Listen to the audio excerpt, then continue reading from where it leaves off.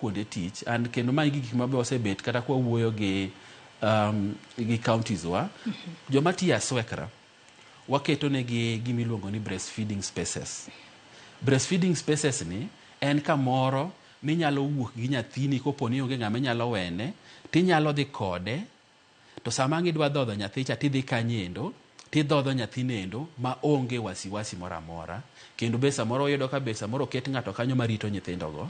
Mar ariyo, kuonde ma ji tiyegie bende wawacho niya, nyaka ibed gi breastfeeding room or breastfeeding space. Ake kata Karamogi ka godo mano ber kabisa. Nikech sama idhodho nyathino onego bed ni ibed gi kamoro minyalo dhodho nyathini, kata koponi iwe e dala, to en kamoro minyalo nyiedhe e chak mikan.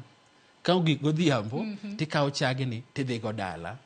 Aya, mar adek en waluongo ni ati en miyo jomine madhodho ni nafas mar flexi hours. Odonjo late to wuok early. Samoro minyalo nyise ni okay, kar mondo mi kaw 1 hour mar lunch ni kaw 2 hours. Koro miye obet gi thuolo kendo obet no ng'eyo ni ati kuma tiye ni an gi thuolo mar anyalo dhi neno nyathina koponi gidak machiegni, kata anyalo yudo time manyalo dhodho ga nyathi. Lakini gima sani kendo wasani wuoyo gi jo wabunge magwa, nitiere breastfeeding mothers bill mantiere bunge, mwadwa ni mondo mi ok wadwa bedo ni 3 months, wadwa bed 6 months. Mondo mi mine madhodho gi gibed gi 6 months, mi bed gi nyathini mi dhodho for 6 months, kata koro kiduogo tich to koro bet ni mayot. Koro nitiere gik mang'eny mwatimo, wapuonjo ji kendo wapuonjo employers mondo mi ging'e gimomiyo wawacho niya, onego bed ni wabet gi lwasi maber kar tich. Nikech miyo kimiye lwasi maber, productivity dhi malo. Kopono kimiye lwasi maber, productivity mari dhi piny. Koro en umuhimu kuom joma ndiko ji mondo miyo mine lwasi maber, mondo mi gidhodh nyithindo kuom dweche 6 kendo giendelea dhodho nyithindogi kuom higni 2. Kaluwore ni mano bende konyo. Kata kamano jomoko wachoga ni koso miyo lwasi maber nyalo miyo chathuno rumo. Bende nadiera to ponono gino timore ne ng'ato, bende nitiere gino monyalo timo mondo chak oduogi. Nikech inyalo yudo kaluwore koda akana luonge ni postpartum depression ma joma mine moko nyalo bedo godo, kata koso bedo kod paro makare e kinde moseyudo nyathi nyalo miyo chathuno onge. Ng'ama miyo moyudore kama chalo kamano to nyathine pok ochopo dweche 6, onyalo timo nang'o mondo chak oduogne? En adier,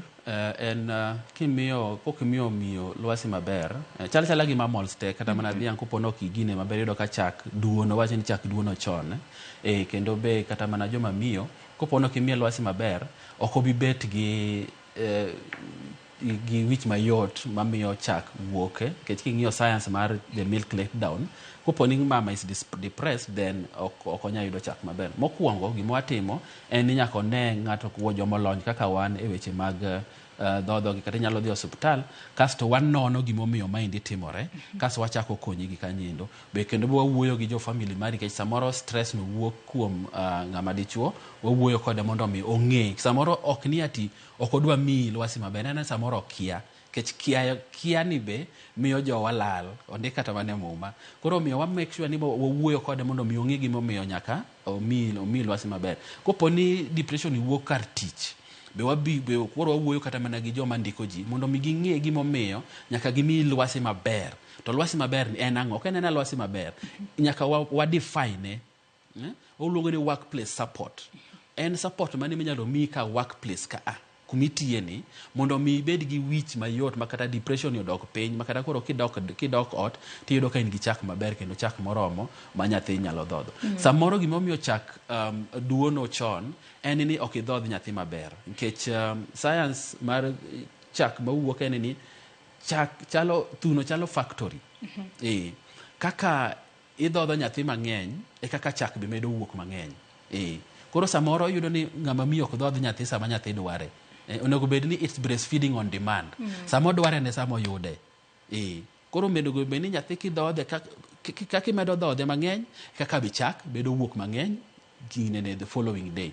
Koro mage gik momiyo samoro chak yudo ni samoro ng'ama miyo chak ni duono, but be nitiere samoro mabe gin wach mag health complications. Kopo ni en health complication, be ibro nyisi, jolony kaka wan bro nyisi ni maendi gima onego bed ni timo mondo mi chak oduon. Lakini en gima duogo. Be kata mana joma chon iyudo kata ka en dayo manodhodho chon.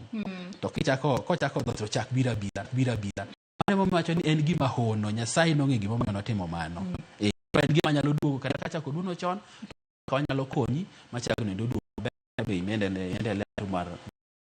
Adona somo kuom ka joneno mago no kinyi makawuono ote kamago nyakora muge jonga chwolo no yero waduto te mag kinyi makawuono vitali chieng dige makari wacho na mor kendo aluo chenro ma Nyasaye ber kendo ochako yawnwa kendo odiochieng machielo kaluo chenro e yo makare penjo mara ka obedo kama ang'o momiyo mon kod